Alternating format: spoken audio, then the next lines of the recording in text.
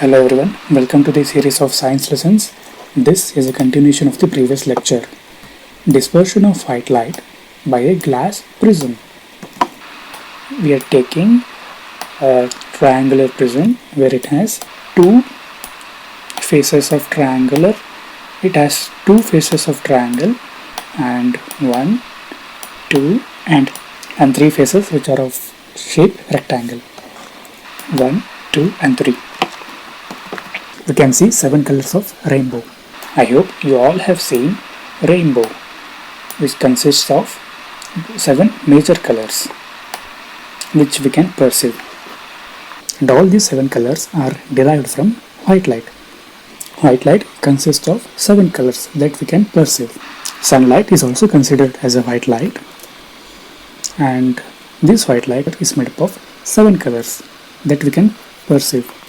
Now let us see the dispersion of white light. This is a triangular prism which we saw earlier, and we are seeing just one face of it. This is known as the angle of prism. The angle between these two sides are known as angle between the angle of prism.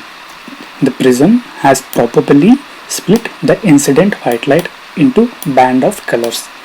This is a band of 7 colors. You can notice that at the top we can see red color and at the bottom we can see violet color.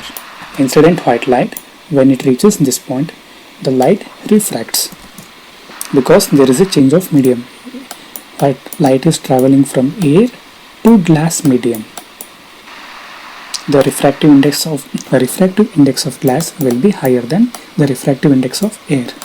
When the light changes the medium from air to glass, basically this ray of light is supposed to go in the straight path, but light is refracting its path.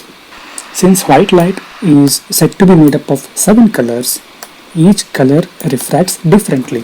Red color refracts differently. We can see the angle where the red color refracts, which is comparatively less. Orange color, which refracts even more compared to red. This angle will be much more compared to red.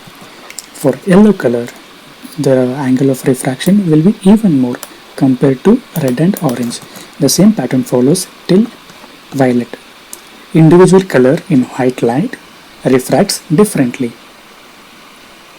The angle of refraction increases from red to violet. The white light is said to be dispersed into 7 colors. This prism helps to split the color. One thing to notice that prism doesn't create colors. It just helps the white light to split the individual colors. Sir Isaac Newton was working with a series of experiments. He wanted to prove that white light is made up of 7. He wanted to prove that white light consists of 7 colors which are visible to human beings. So Isaac Newton started an experiment with a glass prism to obtain a spectrum of light, a spectrum of sunlight. He tried to split the colors of spectrum. Here we can see the arrangements. He placed one prism here and identical prism in the inverted manner. Notice that the angle of prism is same in both the cases. A ray of sunlight is traveling from air medium to glass medium, from glass medium to air medium, again from air medium to glass medium, finally glass medium to air medium. When light travels from air to glass, there will be some refraction, and each colors of a white light has different angles of refraction. Red will be refracted less and violet will be refracted more, and those individual colors come out of the glass medium to air medium in this part. And again from air medium, individual rays of colors goes to the second prism, the second arrangement.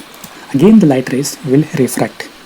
When all these individual rays of light are refracted, when it emerges out of this second prism, Isaac Newton observed a white light. The incident light in the first prism is parallel to the emergent light in the second prism. These two rays of light will be parallel. The first prism splits the color into 7 colors. The second prism combines all the 7 colors to white light. You can see rainbow here. Rainbow is caused by dispersion of sunlight by tiny droplets of water. When there is a drizzle, when it is raining, you can see rainbow. We can see rainbow when we are standing such that sun is behind us, and we can see rainbow in front of us.